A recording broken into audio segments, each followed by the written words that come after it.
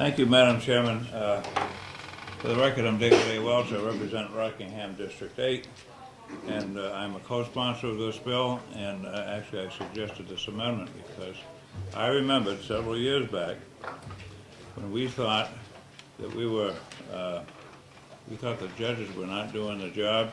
There was a whole lot of talk about mandatory sentences to get rid of the soft judges and take away their lenient sentences.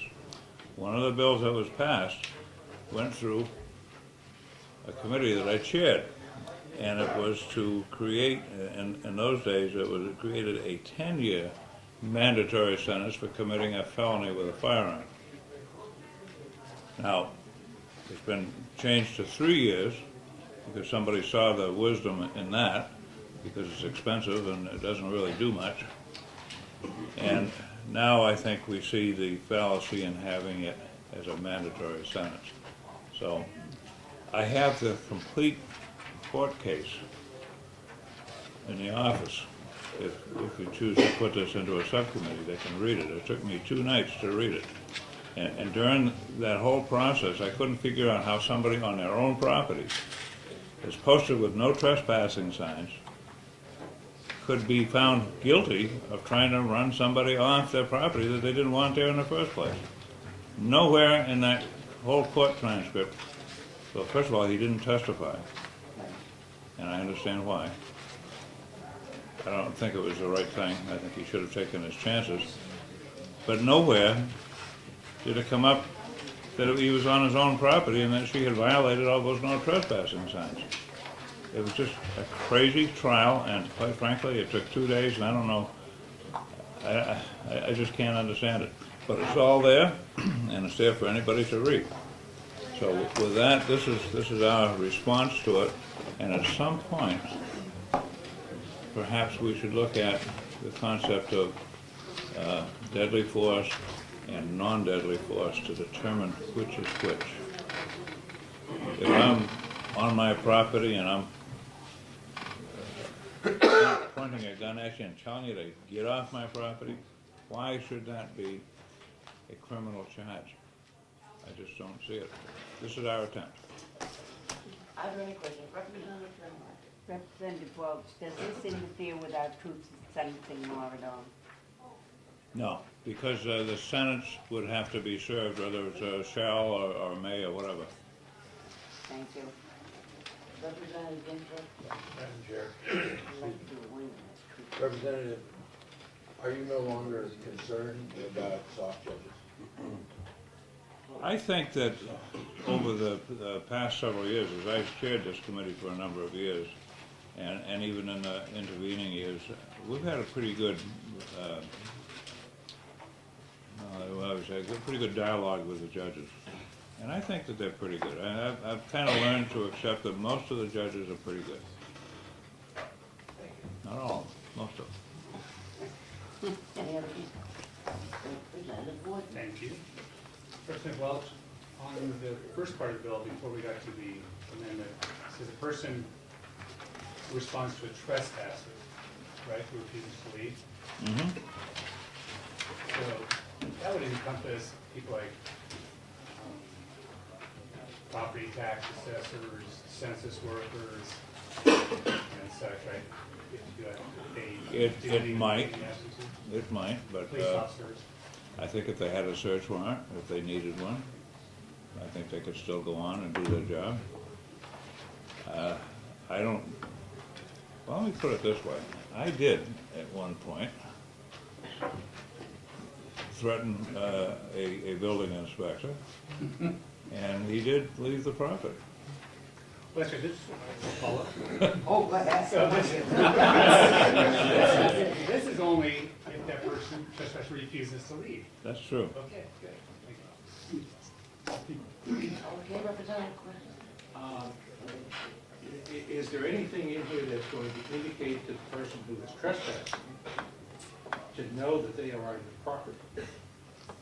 Is there any delineation of boundary lines? You indicated, or previous testimony indicated there were no trespassing signs. Would an individual, based on this, have to have their property posted? I don't believe so, because a man's home is his castle. And there are many times when people come to your home and you talk with them, do business with them, or visit with them, or whatever the case may be. At some point, somebody will show up that you don't want there, and why should you have to post your property and become a recluse in your own neighborhood? I think that this should apply to anybody at any time. Representative Sherwood. Thank you, Madam Chair. Representative Welch. Under this bill, couldn't a law enforcement officer be considered a trespasser for performing his or her duties? I think the average citizen is a law-abiding citizen and fairly lenient. Those people who have things to hide, generally speaking, the cops know who they are, and I guess it's not that difficult to get a warrant. Follow? Well, we're a law enforcement officer, wouldn't be getting a warrant if he was investigating a possible criminal offense? Couldn't somebody pull a gun on that officer and say, I consider that person a trespasser, even though they had a lawful right to be there to make inquiries? Well, I think that would be an unreasonable person to do that. I don't see that as a reason not to allow everyone the right to defend their property. We shouldn't make laws that affect 99% of the folks in the state because of the 1% that's bad. Yes, Representative Tasker. Thank you, Madam Chair. In keeping with the question about posted property, this would not be contingent on a fence or any other physical obstacle or anything like that. It would be purely on your property, period. Is that my understanding? Well, I'll illustrate it this way. I have a very small piece of property. In fact, it's probably about a half acre. I live in an area that used to be all summer camps, and now it's all year round. And it's near a lake, and there used to be a shortcut through my backyard. And as I cut down all the trees and started to develop the half acre, if you could believe it, I found that the people walking through the flower beds and everything else, and I raised hell over it. Now, I never threatened anybody, but I did put up a fence of rather prickly bushes across the back, which really offended the folks because they were going down to the beach to swim. And I said, it's my property, sorry.